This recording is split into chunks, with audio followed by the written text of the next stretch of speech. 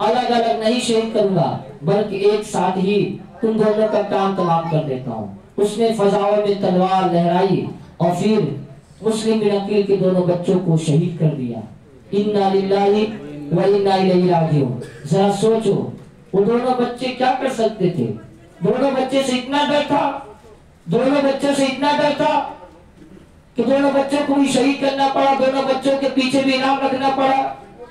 مسلم بن عقیل کے دونوں بچوں کو شہید کر دیا، سر الگ جا کر گرا، دھڑ الگ جا کر گری۔ پھر اس نے سر کو اٹھایا، ایک تشت میں رکھا، اوپر سے کپڑا ڈال دیا اور خوشی خوشی ابن زیاد کے دربار میں پہنچنے لگا۔ اور دل میں یہ خوشی تھی اب مجھے انعام ملے گا، اب مجھے پیسے ملیں گے، اب مجھے دولت ملے گی، میں جو مانگوں گا وہ ملے گا، یہ سوچ کر جا رہا تھا۔ ابن زیاد کے دربار میں جیسے ہی پہنچا، ابن زیاد سے کہتا او ابن زیاد خوش ہو جاؤ، جس چیز کی تمہیں تلاش تھی وہ چیز تمہارے دربار میں لے کر آیا ہوں۔ ابن زیاد کہتا ہے کیا لے کر آئے ہو؟ آج کیا بات ہے تم خوش ہو؟ کہتا تم بھی خوش ہو جاؤ، تمہاری خوشی میں میری خوشی ہے، تم جس چیز کے لیے اعلان کیے تو وہی چیز لے کر آیا ہو۔ ابن زیاد نے کہا کیا لے کر آئے ہو؟ میرے پاس لے کر آؤ، میرے سامنے لے کر آؤ۔ جب اس ظالم لے کر جاتا ابن زیاد کے سامنے، کہتا اسے کھولو۔ ابن زیاد کے سامنے جب اس ظالم نے کھولا، کپڑا ہٹایا، تش میں دیکھتا ہے اس ابن زیاد نے تو کیا دیکھتا ہے؟ مسلم بن عقیل کے دونوں بچے کا سر ہے۔ اتنا دیکھنا تھا، وہ جلال میں آ گیا، وہ غصے میں آ گیا اور کہتا ہے بدبخت، میں یزید کو کیا کہوں گا؟ میں یہ نہیں کہا تھا کہ مسلم بن عقیل کے بچے کو شہید کر کے لے کر آنا، میں یہ کہا تھا کہ زندہ گرفتار کر کے لے کر آنا، زندہ پکڑ کر لے کر آنا، تو نے یہ کیا کیا؟ میں یزید کو کیا کہوں گا، کیا منہ لے کر جاؤں یزید کے سامنے؟ وہ جب پوچھ لے گا کہ مسلم بن عقیل کے بچے کہاں تو پھر میں کیا جواب دوں گا؟ اتنا سننا تھا۔ ابن زیاد نے کہا اے لوگو اسے بھی قتل کرو، اسے بھی قتل کرو۔ اس کو بھی قتل کر دیا گیا اور اس کی لاش کو چوراہے پہ ٹانگ دیا گیا اور اس کی لاش کو پرندے چرندوں جانور نوچ نوچ کر کھا رہے ہیں، گویا کہ اسے وہی کہتے ہیں نہ عیسیٰ علیہ السلام ملا، نہ خدا ہی ملا، نہ ادھر کا رہا نہ ادھر کا رہا، دنیا بھی اس کی برباد، آخرت بھی برباد۔ اس لیے کہتے لالچ بری بلائے ہے، لالچ کے چکر میں اہل بیت کا خون کیا، اہل بیت کے بچوں کو شہید کیا، پھر آخر اسے کیا ملا؟ کچھ اس کے ہاتھ نہیں آیا۔ ذرا سوچو، اس لیے چند پیسوں کی لالچ میں اتنے نہ گر جاؤ کہ تم یہ نہ سمجھو کہ کیا حرام ہے کیا حلال ہے۔ اس لیے امام مسلم بن عقیل کے بچوں کی شہادت سے کچھ سبق سیکھے، وہ اس کو کتے پرندوں چرند اسے کھا رہے نوچ نوچ کر، وہ کہیں کا نہیں رہ گیا۔ اسی پر میں انشاءاللہ گفتگو ختم کرتا ہوں۔ پھر جب امام حسین کی بارگاہ میں جو خط پہنچا امام مسلم بن عقیل کا، تو تاریخ 3 ذی الحجہ تھی جب خط پہنچا، تو انشاءاللہ اسی سے آگے سے گفتگو ہوگی۔ اسی پر میں اپنی بات کو مکمل کرتا ہوں۔ وادی رضا کی کونے ہمارا رضا کا ہے، جس سمت دیکھو وہ علاقہ رضا کا ہے، اور اے رضا یہ احمد نوری کا فیض نور ہے۔ ہو گئی میری غزل پڑھ کر قصیدہ نور کا۔ وما علینا الا البلاغ۔ السلام علیکم۔